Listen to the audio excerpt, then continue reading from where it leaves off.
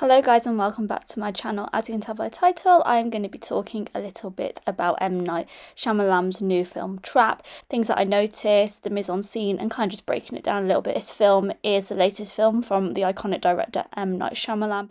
So what's also quite interesting is that he has also directed some other really iconic films, such as Sixth Sense, Lady in the Water.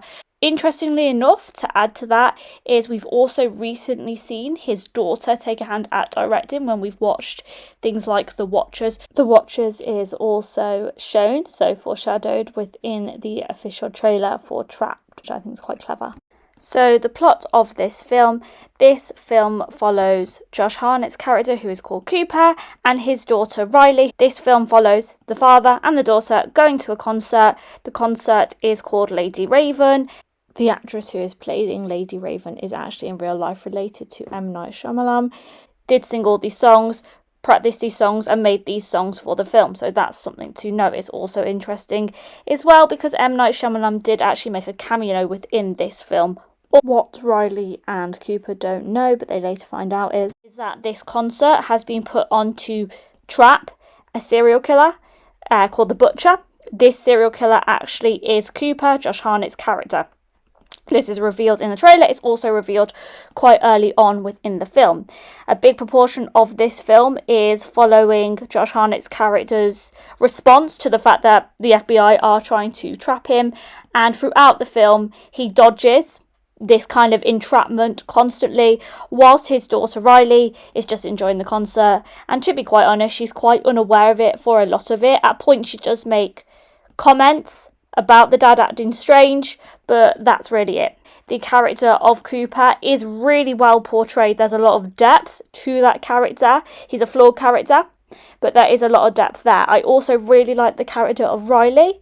She is portrayed in a very young but also very endearing kind of way. The excitement and the joy she feels while she's at that Lady Raven concert, you just can't help but smile. And I would actually say that she was definitely a really standout performance from this film. It depends when you go into this film or what you kind of gravitate towards in terms of performance. Josh Hartnett's performance was amazing, but I really liked that portrayal. And you could even argue that almost juxtaposition of her innocence versus her father's malice intent. Thought that was really good and something to mention. I thought the performance by Lady Raven was quite good.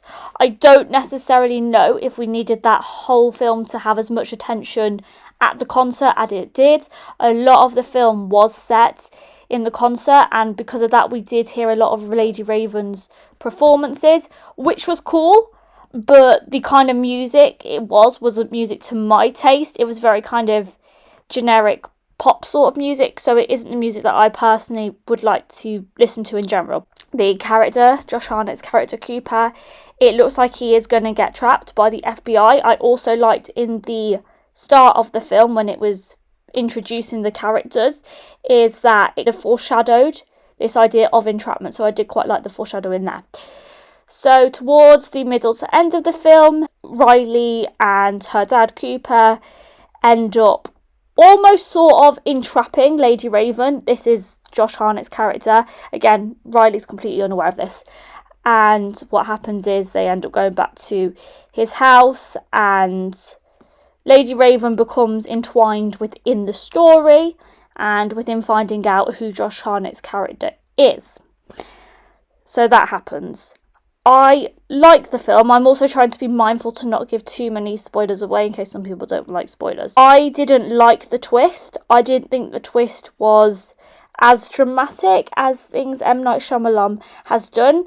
To me, M. Night Shyamalan has elements of an auteur director, so it would have been nice to see those elements brought through a little bit more. For example, in other films, he has used a supernatural element as a director, so that could have been quite interesting and paid tribute to his previous work in this film. I would have also liked a motive as to why the character was the killer. That would have been quite good. In terms of the twist and the ending, the film was a little bit flat. Now, I I did like the characters. I think the amount of Lady Raven playing in the concert was highly overused. I think post-production and editing could have provided some more different kind of shot types, and that would have broken away from the overuse of the actual theatrical performance of Lady Raven. But I love the idea of it being set at a concert, and I do think that that is quite innovative. A couple more shot varieties would have really elevated this. There was a lot of scope and a lot of things they could have done with it, and I think if I had been doing it, those are definitely some tweaks I would have put in.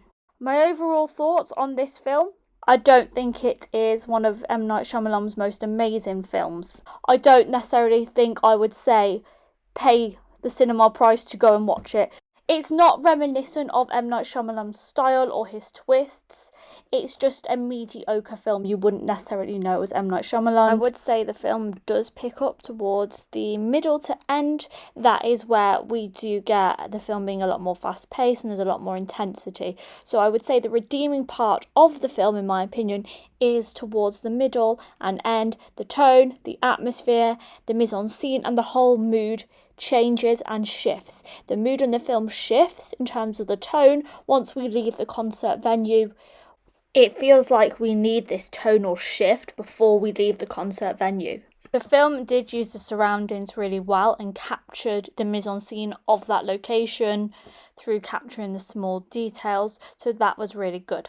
So it was able to create a larger scope, but at the same time it did create a nice contrast because it also felt very singular and very isolated in the portrayal of that Cooper character. So we had a really cool kind of contrast going on there, which I also really liked. Now, I didn't love how parts of the film was edited. So you would see what looked like Josh Hartnett's character about to get trapped and caught by the FBI. It would then cut to showing him in a different situation, in a different outfit. I suppose you could say that is done to create some level of suspense and some level of uncertainty. However, for me, I just felt like that was unrealistic. Granted, this film is not steeped in realism, but showing how the character got in and out of close, confined spaces would have definitely made it seem a lot more believable and would have made us a bit more invested within this character. I think the film captured a lot of Lady Raven's performances. I'm not really sure how much of it was fully needed. I feel like it was a bit overused within this film, and I feel like it didn't really add anything to the character development, or it didn't really add anything to the narrative past a certain point. I also feel the same way when in the film they make reference to social media, they make reference to Instagram. I feel like that's a very current move. Now, that could be seen as a current social commentary. However, on the other hand, you could also argue that the inference and use of Instagram may eventually become outdated and irrelevant. The dialogue was a bit mixed. I have heard some people loved the dialogue, some people didn't love the dialogue within the film. The dialogue did feel strained and almost staged, but I think from viewing it, it was done in an intentional way to make inference and reference to the fact that this Cooper character isn't all he seems.